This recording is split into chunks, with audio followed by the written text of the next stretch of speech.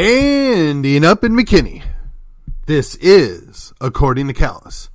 This is episode 275 on a Tuesday. And we have some more thoughts on the City of McKinney's Independent School District and their school board. All right.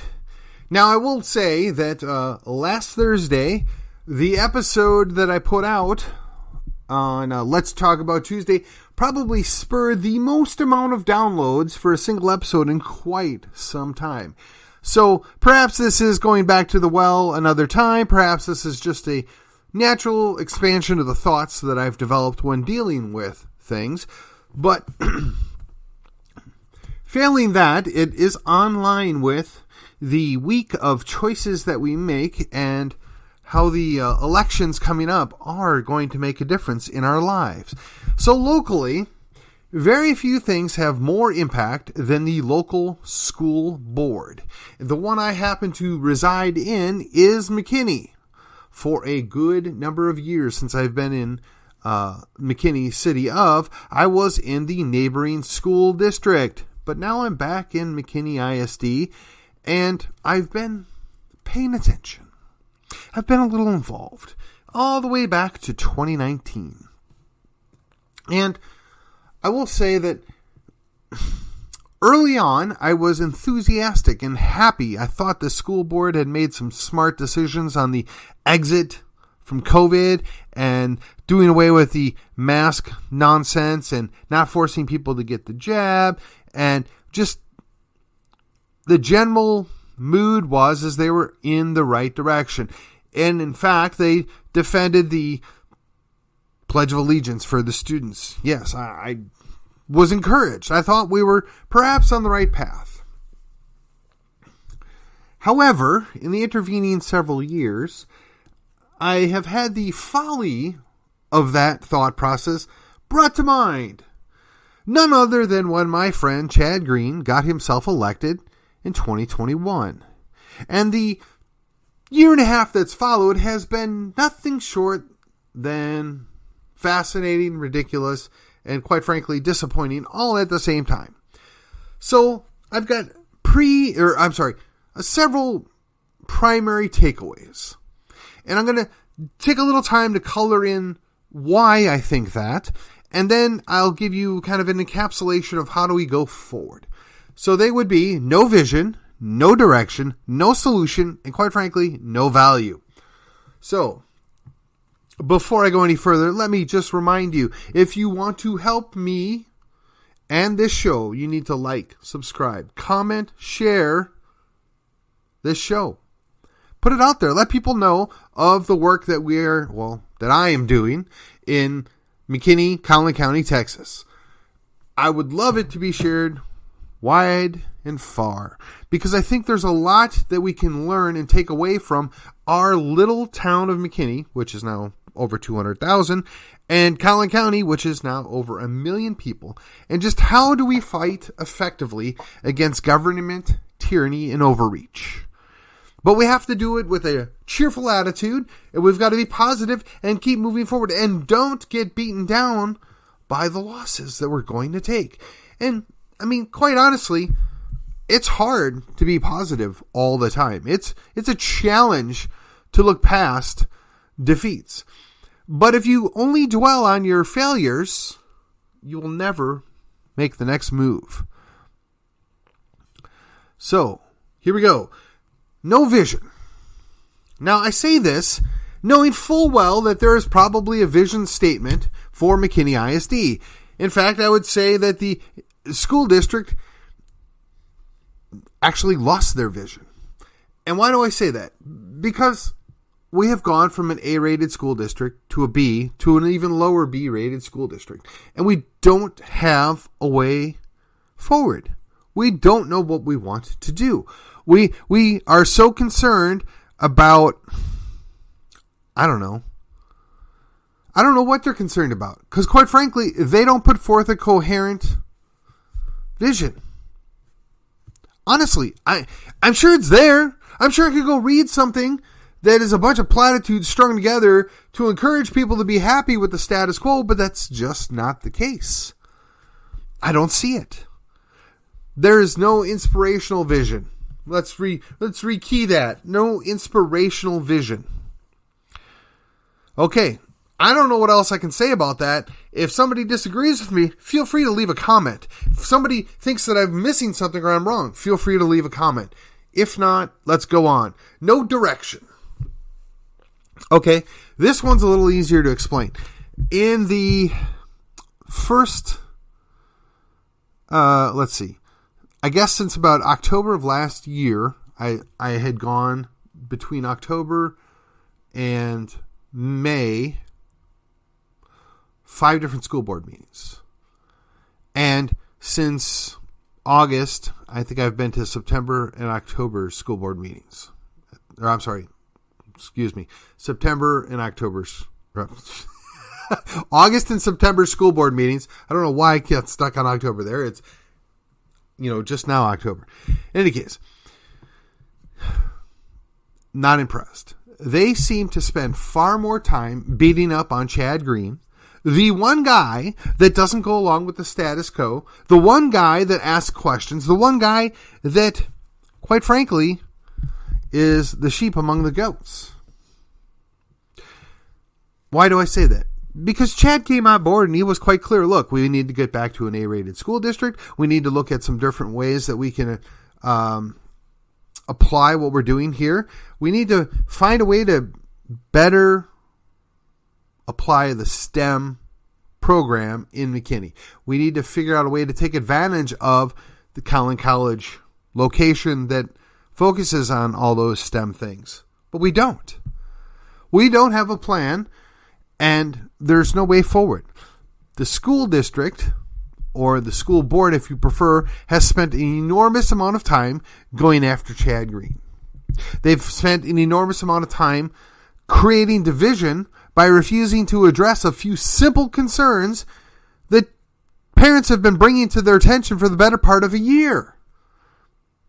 Now, look, there are solutions there that may not be perfect, that may not make everybody happy, but they won't even deal with those.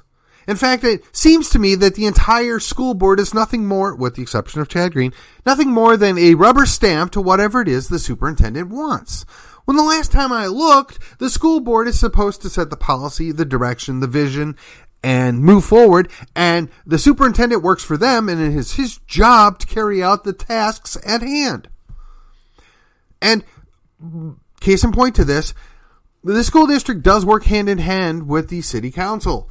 And it's sad, but we have the representative of the city council shows up at least twice that I've been present for to come in and speak more platitudes about how we should be just so happy with the school board and the school district the way it is, and we shouldn't demand more or suspect anything more. And those that dare question it aren't worthy of the time of day.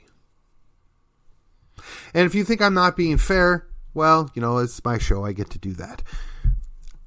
The fact of the matter is, whether it's 10% or 49%, you don't get to ignore people in your community because they're not a majority. We have heard time and time again how we're supposed to respect minority rights. Well, what's the smallest minority? Oh, that's right, the individual. And after that, so the school board, the school district has chosen to be divisive. They have chosen to not solve problems. They've chosen not to address things that are, honestly, in my opinion, quite simple to deal with. And I think it's because they have no direction. Now, if I were to be unfair, I would put that all on the shoulders of Amy Dankel. She's the president. She just got reelected as the president. You would think that she has both a vision and a direction she wants to take things, but if she does, I haven't seen it. I'm not convinced. Sadly, I think she's far more concerned about punishing Chad Green or running Chad Green off than actually doing the job she ought to be doing. In fact, when you have somebody on your school board or any board or even a city council that doesn't go along with the flow and is asking questions and you outvote them, then what's done is done. You move forward. But you should at least listen to the concerns. At least answer the questions. At least be prepared to have a discussion. This is not supposed to be some go along, get along. One person had an idea and we just march in lockstep and everybody does the same thing. Nobody wants that. Now, the folks on the left, they accuse Republicans of all being a bunch of Trumpsters and they're blind and they follow him. I don't think that's a fair analogy, but okay, even if that's true, the same could be said about the Democrats. They're all in lockstep, whether it's behind the resident in chief, Sleepy Creepy Joe, or Beto. These guys are clueless. They're way in over their head, and we're supposed to acknowledge them as the leaders and that they're supposed to be worthy of our time, energy, and trust. I'm sorry, I just don't see it. And one more thing on the idea of no direction. This has become self-evident so far that the Beto clan left this school district, and the last one standing here has created a nonpartisan political action committee to do whatever. Well, if they were doing such a great job and they had a vision and a direction, would we really need some faux Peck to step in and lead the charge? In fact, I suspect that the Democrat activist Beto is using all of her chips to try and fight back against some people that are questioning the status quo. One wonders why. What are they trying to hide? And I have no dislike of this lady. I've met her several times. I think she's pleasant to me. And I know plenty of other Democrat activists or plain Jane Democrats that I can get along with just fine. So this has nothing to do with a personal assault or attack. It's policy. And I'd like to know what the policy is. It appears to be we're going to defend things that are not worthy of being defended. It appears that the task is to defend the school board that's not doing the job that they were hired to do or voted in to do. It appears that they're to provide cover for bad actions. I mean, I could be wrong. And if you disagree or you think I'm out of line here, leave a comment. If not, let's carry on. The third thing, the McKinney ISD School Board seems to have no solutions. None. There is an ongoing discussion about inappropriate books. And it's almost a year later, and we still don't have a solution. Even if it was a mediocre solution, it would be a solution, but we don't have that. They are defending, and quite frankly, in my opinion, lying, saying that there's no CRT or social emotional learning going on in the school district, which the state has said you can't do, but clearly the evidence suggests otherwise, and they haven't offered a solution on how to rein this in or how to fix this. And my problem is, I actually don't have a problem with revisionist history. I think revisionist history can be appropriate. But if we don't even teach our students, our young people, the history as understood, the primary history to where they understand it and potentially learn from it, what business do we have teaching them a revisionist history? You first have to master the basic level stuff before you can move on to things that contradict or question the narrative. That's something most often handled in college. That's something most often handled in AP classes or higher level classes. We need to actually get students that understand the 3 R's, right? Reading, writing, arithmetic. Then if they can focus on history and higher level thinking skills, great. But again, where are the solutions? In fact, it's my understanding that I want to be very careful how I say this.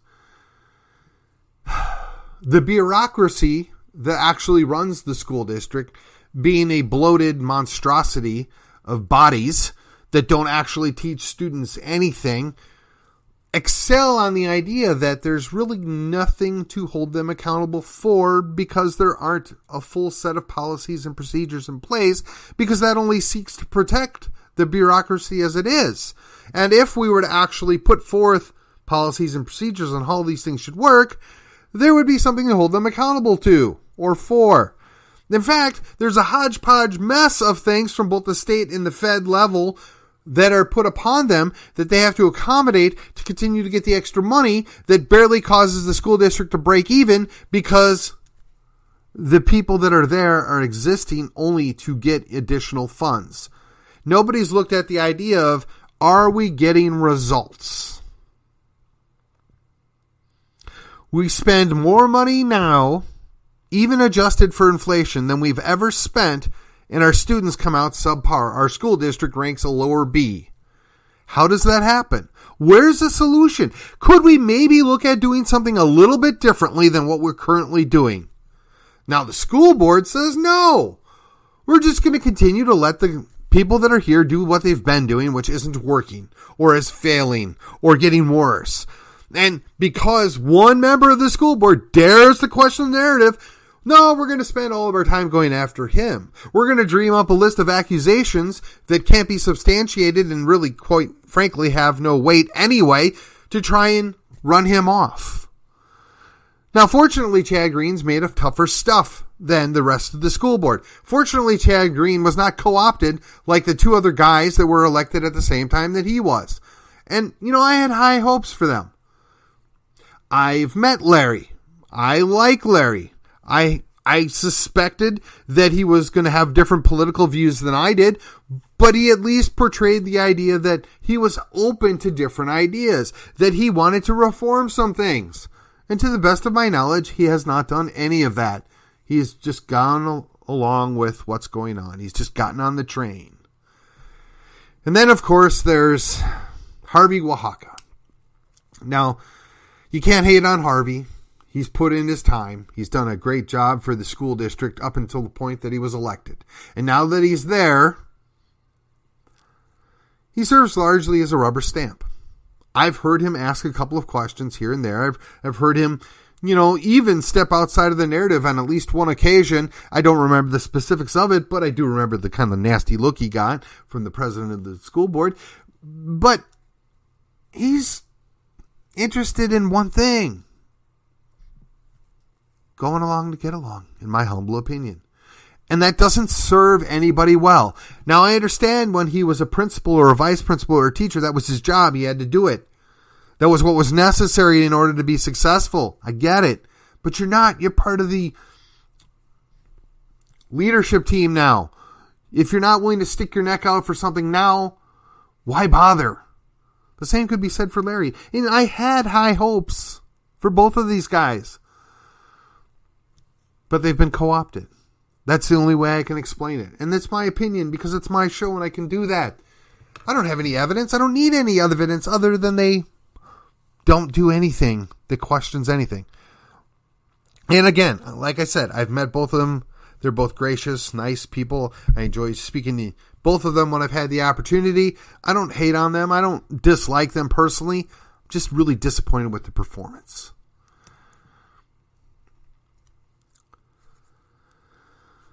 That pivots on to point 4, no value.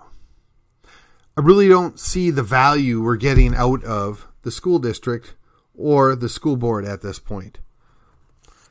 Now, I have on record, and I stand by this. In my perfect world, there would be no such thing as government schools. I think government schools are detrimental to good citizenship and to a good liberty-loving society.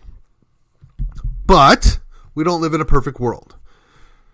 We live in the world as it is today. And in the world as it is today, the vast majority of students will go through some form of governmental education. So it becomes incumbent upon me to make sure that they get the best education that they possibly can. Even if I'm not a candidate, I'm not on a board. Just watching and observing and interacting. It's my job to advocate that these students get what we're all paying for. And I don't think we're getting it. I think, honestly, at this point, the school board adds nothing. Even with Chad Green, it's 6-1. And they just rubber stamp whatever the superintendent wants. Now, it's my understanding the superintendent's on his swan song year, and I'm sure he doesn't really give a flip. He's cashed out, he's got his retirement, and he's just marking time. So he has zero vested interest in what happens after he's gone. But I do, and I'd like to know, are we recruiting a new superintendent? Are we looking beyond what's currently in the school district?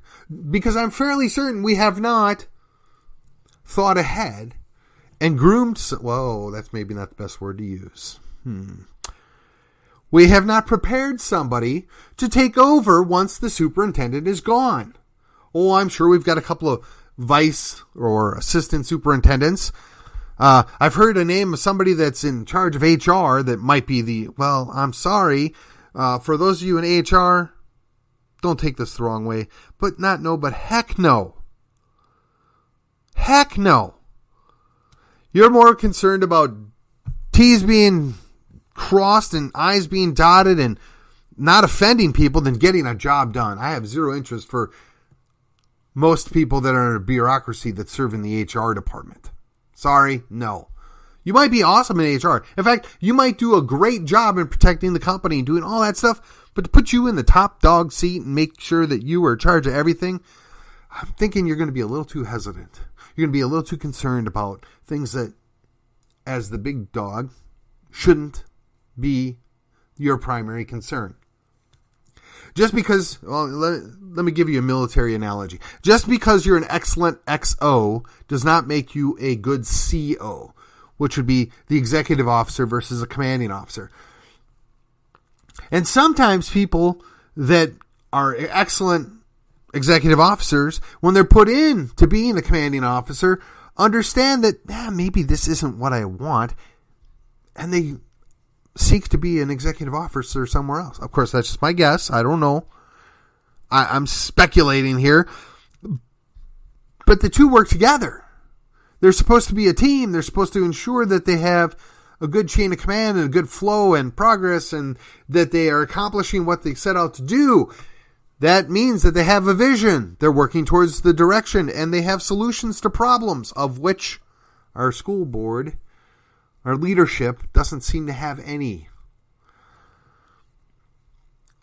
So I ask you, are we going to bring somebody else in, somebody outside of the district, to come in and maybe look at how do we best revamp and recover from the slow decline that has been the last several years of the school district?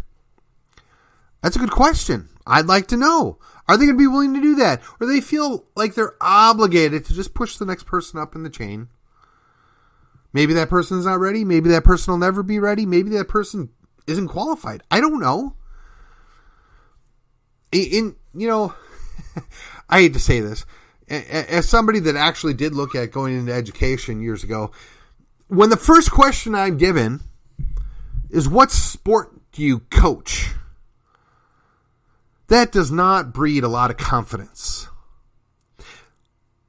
When you're going to teach history, or you're going to teach political science, or for me, I was trying to angle into doing the combined social studies, when the first question you're asked at multiple school districts is, well, tell me, what sport do you coach? What?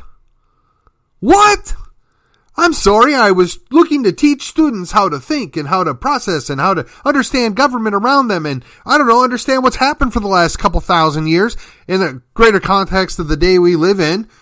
What in the world does it have to do with what sport do I want to coach, or do I have experience in coaching? If you want to hire somebody to coach your football team, hire a freaking coach. If you want somebody to teach courses, they should teach the courses, not teach volleyball. How are we doing our students a good service when we're looking to hire coaches that can also teach? Curious, if somebody's going to teach band, do they ask them, well, do you also know how to do metalworking? What?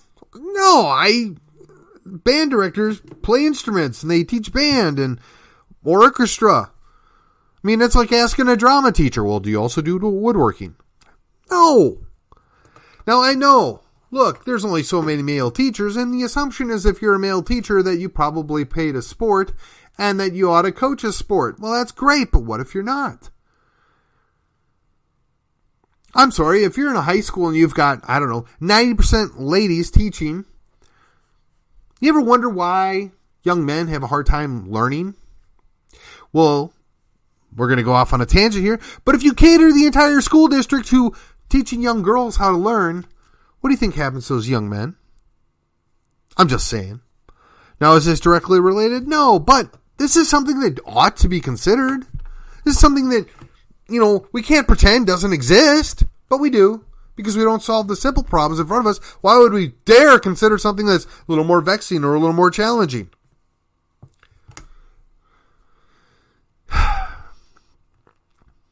As you may recall, I've told you, there are 3 long-term members of the school board that are up for re-election. All 3 have drawn candidates to run against them. All 3 candidates running against them, I've met. They all 3 have strong points and weak points, and they're all 3 kind of, let's call them neophytes to the political scene. Not a bad thing. I have great confidence that they're willing to discuss things that are beyond the realm of what our current school board does. I have great confidence that they're willing to consider that everything that's being done isn't the way it needs to be done. And I have even greater confidence that perhaps, a change of face or two, we might have some innovative ideas get discussed or put forth in the school district. But you, out there in the listening to this, you have an opportunity to determine, do we want to keep doing what we've been doing, which has led to a slow decline? Do we want to consider to follow the status quo as the right way to do things? Or do we want to, take the initiative, try something different, put in some different people with some different backgrounds that have, some different thoughts on how things might be done? Maybe people that'll remind the superintendent, whoever that person may be, that they actually work for the school board, not the other way around. And it's pretty sad in a neighboring school district that one of the school board members has to remind the superintendent that, yes, you may not work for me 100%, but I am 25% of you keeping your job. How sad is it that it comes to that? How sad is it that we have such an arrogant bureaucratic situation where a guy that works for an organization basically tells him, I don't have to listen to you. I can do what I want. And I suspect that's the same in pretty much every school district that has a superintendent that is treated like a perfumed prince by the school board. The school board was elected to represent the people that are actually living in the district and paying an enormous amount of money to have the next generation educated.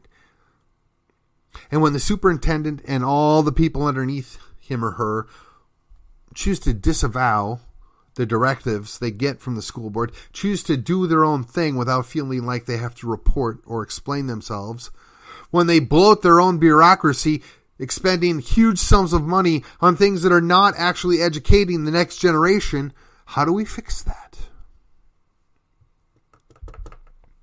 Well, it starts with the school board.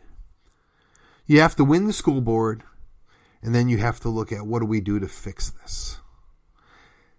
And I'll tell you, all the surrounding school districts in McKinney, all the surrounding school districts in Collin County surrounding McKinney, you have an opportunity.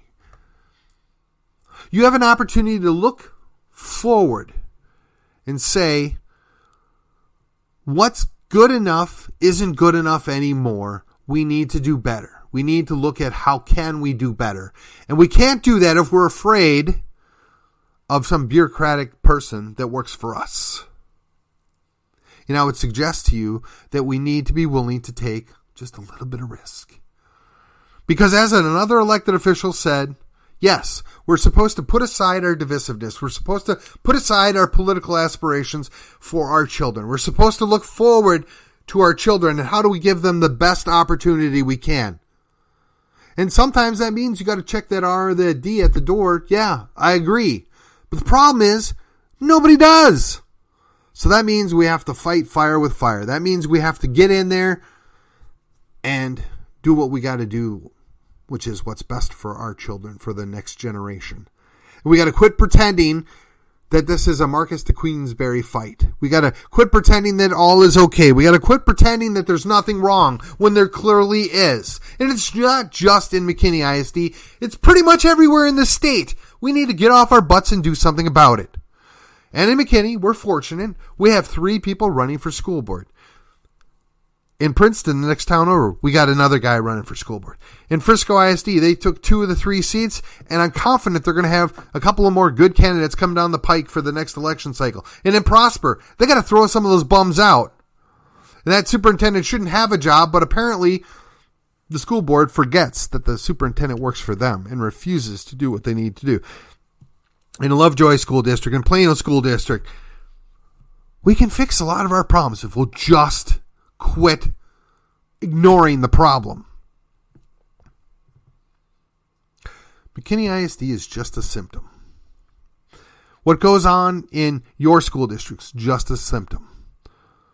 But we have to be willing to engage, and we have to be willing to do the work to fix the problems that are there, which includes coming up with a vision of what do we want, having a direction how we're going to get there, actually discussing probable solutions and acknowledging problems that need solutions, and thus bringing back the value of the school board.